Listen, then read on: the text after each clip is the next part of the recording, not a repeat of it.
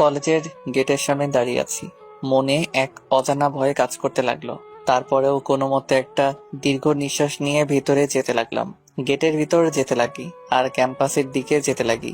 ঠিক তখনই দেখলাম সেখানে কিছু ছেলে মেয়ে ভিড় করে আছে, আর আমি চিৎকার চেঁচামেচির আওয়াজও শুনতে পেলাম। তাই আমিও সেখানে চলে গেলাম আর দেখতে লাগি ভিড় করার ঘটনাটা কি। আমি ভিড়ে গিয়ে দেখলাম একটা মেয়ে একটা ছেলেকে সজোরে থাপ্পড় দেয় আর ক্যাম্পাসের সমতল ভূমিতে ধাক্কা মেরে ফেলে দেয়। আরো দেখলাম সেখানে কিছু ছেলে পেলে যাদের হাতে হকি স্টিক। ছোট লোকের বাচ্চা, তোর সাহস কি করে হলো আমার মুখে মুখে তর্ক করার? আমি একটু টিচার রুমে আমার কাজে যাচ্ছিলাম, তখন তুমি আমাকে বলছিলা ক্যান্টিন থেকে নাস্তা নিয়ে সোজা তোমার টেবিলে দিয়ে যেতে, কিন্তু আমার আগে টিচার রুমে কাজটা শেষ করতে হবে। আমি অনেক তাড়ায় ছিলাম, তাই আমি সেখানে চলে গেছিলাম। প্লিজ অরেন, আমাকে ক্ষমা করে দাও। তোর সাহস তো কম না, আমাকে তুমি করেও আমার নাম ধরে ডাকতেছিস। এই ছোট লোকের বাচ্চা, তোর সাহস তো কম না। এই তোরা এটার হাড্ডিগুলো ভেঙে দে। বলতেই ছেলেগুলো সেখানে পড়ে থাকা ছেলেটাকে মারতে লাগে। এই ছোট লোকের বাচ্চা, যখন আমি কিছু বলবো তখন যদি তোর হাজার কাজ থাকে সেটা বাদ দিয়ে আগে আমারটা করতে হবে, বাকি সব পরে, বুঝছিস? আর তোর সাহস কি করে হলো আমাকে তুমি করে আর আমার নাম ধরে ডাকার? আমাকে আপনিও ম্যাম বলে ডাকবি, বুঝছিস? মেয়েটা কথাগুলো বলল, কিন্তু ছেলেগুলোকে মার থামাতে বলেনি। সেখানে থাকা সকলেই সেই দৃশ্য উপভোগ করতে ব্যস্ত, কিন্তু কেউ সামনে যাচ্ছে না।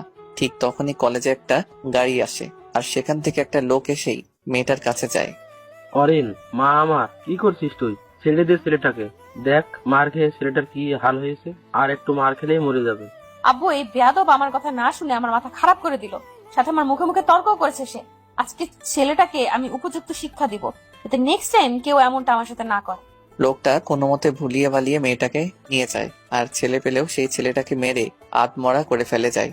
আমিও দৌড় দিয়ে সেই ছেলেটাকে ধরে উঠাই, দেখলাম অতিরিক্ত মারের কারণে ছেলেটা অজ্ঞান হয়ে পড়ে।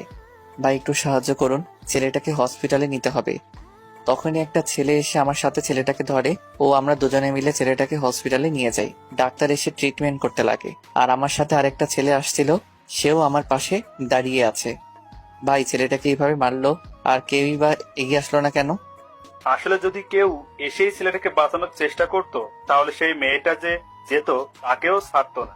সে একা না পারলেও তার কিছু বড়লোকি ফ্রেন্ডের দিয়ে যে বা যারা বাঁচানোর জন্য যেত তাদেরও ছাড়ে না মেয়েটা, যেমনটা দেখলেন। কেন ভাই, মেয়েটা কি কোনো গুন্ডার বোন বা মেয়ে নাকি যে এমন করে বেড়ায়? না ভাই, তবে টাকার ও পাওয়ারের অহংকার করে এইসব করে বেড়ায়। বাহ, তো মেয়েটা কি কোনো বড় লোকের মেয়ে নাকি? হ্যাঁ ভাই, বড়লোক বলতেই পারেন, তবে শুধু বড়লোক বললেই না। মেয়েটার নাম অরিন। মেয়েটা আমাদের এলাকার এমপির একমাত্র আদরের মেয়ে, তাই তার বাবাও মেয়েটাকে সকল স্বাধীনতা দিয়ে দেয়, যার ফল আমরা ভোগ করতেছি।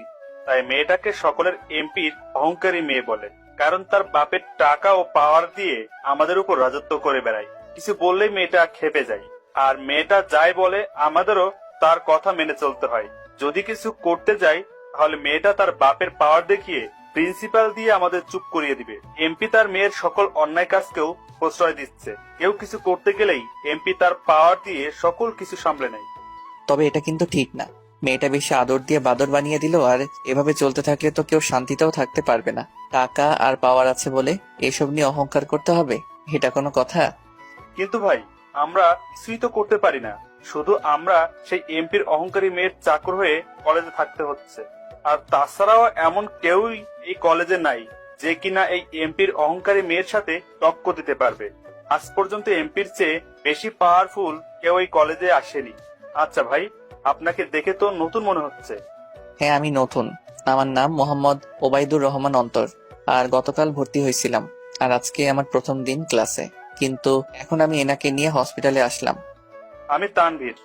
পরিচিত হয়ে খুশি হলাম। আচ্ছা ভাই, আপনার তো আজ প্রথম দিন, আপনি ক্লাসে যান।